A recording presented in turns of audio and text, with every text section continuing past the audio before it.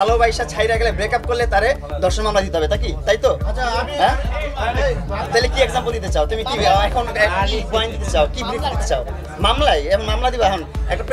প্রেম করে ব্রেকআপ হয়ে গেল মামলা দিতে হবে কেন এটা তো প্রেম করে ব্রেকআপ তাহলে এই সব কথা টপিক বাদ দাও বাদ দিতে বলছি বাদ দাও তো হচ্ছে আমি আর মামুন এখন আজকে এই স্টেজে ওই ধরনের কোনো সম্পর্কিত নাই তুমি বলো তো কি কি বলে তুমি খুশি হবা তোমার খুশির জন্য আমার যা যা করতে হবে সবই করব কিছু লাগবে দুইজনের সম্পর্ক গড়ে এসেছিলেন আলোচনায় দেশজুড়ে ভাইরাল এই জুটি বিচ্ছেদ গড়ায় আদালত পর্যন্ত প্রেম ভালোবাসা দ্বন্দ্ব মামলা সব মিলিয়ে বিতর্কের পর বিতর্ক আর সমালোচনার বিদ্ধ দুই নাম লাইলা ও মামুন দুইজনেই জনপ্রিয় টিকটকার দুইজনের সম্পর্ক গড়েও এসেছিলেন আলোচনায় দেশজুড়ে ভাইরাল এই জুটির বিচ্ছেদ গড়ায় আদালত পর্যন্ত সম্পর্ক যখন চরম অবনতিতে তখন মামুনের বিরুদ্ধে শারীরিক নির্যাতনের অভিযোগ এনে ধর্ষণ মামলা করেন লাইলা এরপর আদালতে মুখোমুখি হন দুইজন সম্প্রতি লাইলার করা মামলায় জামিন পেয়েছে মামুন সেদিন আদালতও নিজের মামলার সুষ্ঠু বিচার দাবি করেন লাইলা তবে কিছুদিন যেতে না যেতেই এবার একসঙ্গে দেখা গেল দুইজনকে হাসি খুশি একে অন্যকে ক্ষমা করার ঘোষণাও দেন দুইজন আর আমাদের অনেক কথাই যদি ভুল হয়ে থাকে আপনারা অবশ্যই ক্ষমা সুন্দর দৃষ্টিতে দেখবেন অনেক তো লাইলা যে কেসগুলো করেছিল আমার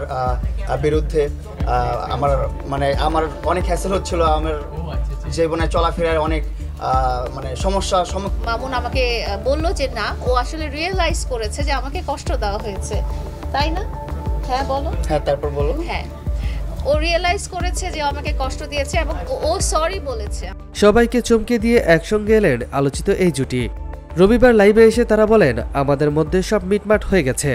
আমরা সব ঠিক করে ফেলেছি সেহরিতে লাইভে এসে প্রিন্স মামুন আর লাইলা জানান তাদের ঝগড়া এতটা বাজে পর্যায়ে চলে গিয়েছিল যে আইনি সহায়তা নিতে হয়েছিল কিন্তু তারা এখন সব মামলা মোকদ্দমা ঝামেলা শেষ করে আবার দুইজন একসাথে চলতে চান শাস্তি কম হয়ে গেছে শাস্তি কম হয়ে গেছে ঠিক আছে তাহলে আরো শাস্তি দাও আর কি করবা বলো তারপর হ্যাঁ না আগে বলো এটা ক্লিয়ার করে নাও শেষ করি ধাপে ধাপে শেষ করি লাইন শেষ করো তারপর আচ্ছা লাইলা গতকালকে বলো যে হ্যাঁ আমি রিয়েলাইজ করছি যে মামুনকে অনেক বেশি শাস্তি দেওয়া হয়ে গেছে যতটুকু দরকার ছিল তার চেয়ে বেশি শাস্তি দিয়ে ফেলছি এখন ওভার অনেক শাস্তি হয়েছে সো এখন হচ্ছে আমার কথা হচ্ছে যে যদি নিজেদের মধ্যে সবকিছু সোল্ড আউট করা যায় তাহলে আমরা কেন ওরও কিন্তু একটা ফ্যামিলি আছে ওরও কাজ আছে ও জব করে সো ওরও কিন্তু সময় দিতে হয় ওর ব্যক্তিগত জীবনে সো ওরও কিন্তু যেতে হয় ডেটে কোর্টে দৌড়াদৌড়ি করতে হয় ওরও একটা হ্যাসেল আমারও একটা হ্যাসেল আমারও কোর্টে দৌড়াদৌড়ি করতে হয় সো আমার ওর কাছে রিকোয়েস্ট ছিল যে তোমারও এই মামলাটা শেষ করে ফেলে আমরা তুমি এটা আপোষ করে ফেলো আমাদের মধ্যে নিজেরা সল্ট আউট করে ফেলি নিজেরা যেভাবে সমাধান করা যায় পরেরটা বলো আগে আমার কথা হচ্ছে যে আল্লাহ তাআলাই ক্ষমা করে দেন আমরা যত রকম অপরাধ করি না কেন ক্ষমাটা চাবো না এখন তো মামুন তো আমার ভালোবাসার মানুষ ও যদি আমার কাছে